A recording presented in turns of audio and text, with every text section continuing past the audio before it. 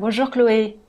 Pour commencer, pouvez-vous nous donner un aperçu des derniers temps forts de la campagne? Plusieurs meetings de candidats se sont déroulés ce week-end.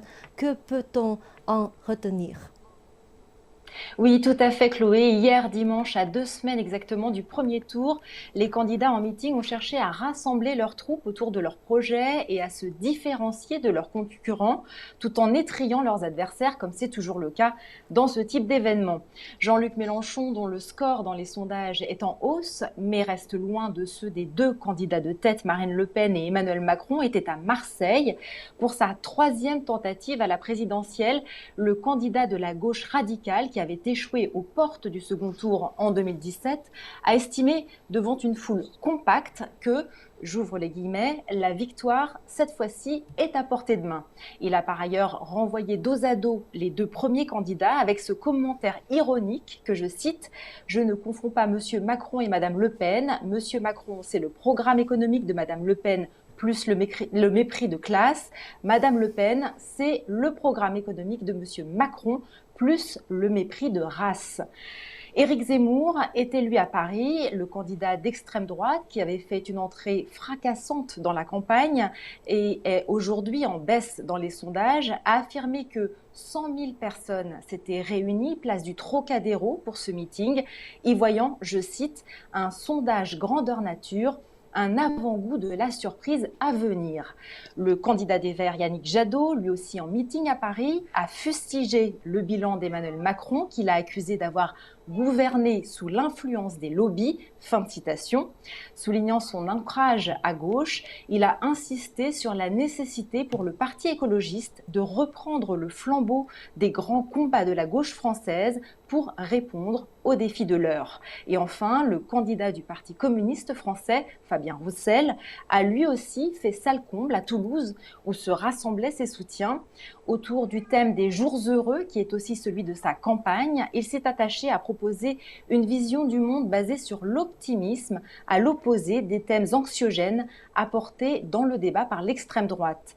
Crédité de 3,5% d'intention de vote, un score honorable, alors que le PCF n'avait pas présenté de candidat à la présidentielle depuis 2007, il se voit comme le candidat capable de faire gagner la gauche du monde du travail, populaire, laïque, féministe, écologiste, pour reprendre ces termes.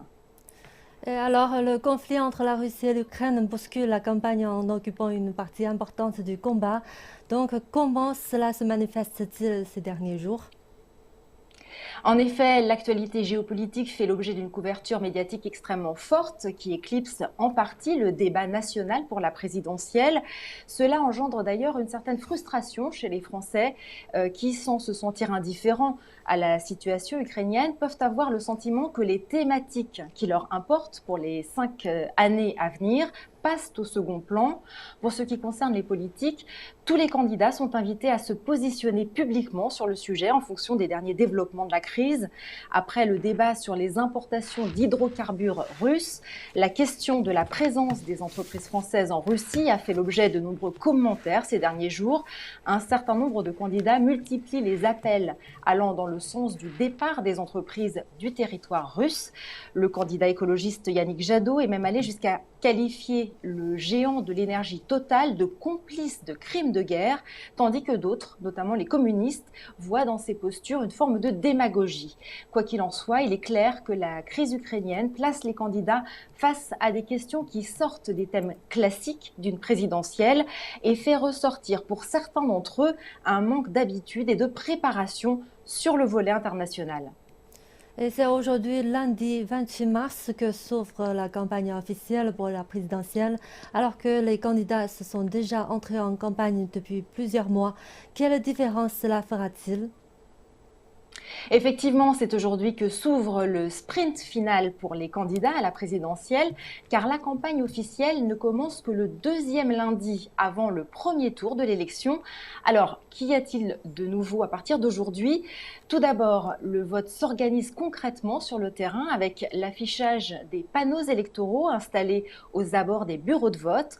présentant chacun des 12 candidats sur une surface égale d'affichage.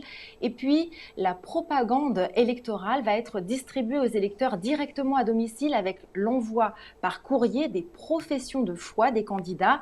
Rappelons que ces enveloppes contiennent aussi les bulletins de vote pour chacun des candidats. On verra aussi apparaître sur les chaînes du service public les clips de campagne des 12 candidats. Et enfin, le temps de parole des candidats dans les médias fera l'objet d'un contrôle strict de la part de l'autorité de régulation de la communication audiovisuelle et numérique, l'ARCOM, l'organisme qui a remplacé le CSA au début de l'année. Un contrôle qui n'est pas sans poser question à l'heure des réseaux sociaux et d'une campagne présidentielle 2.0 qui se joue en grande partie en dehors des médias traditionnels.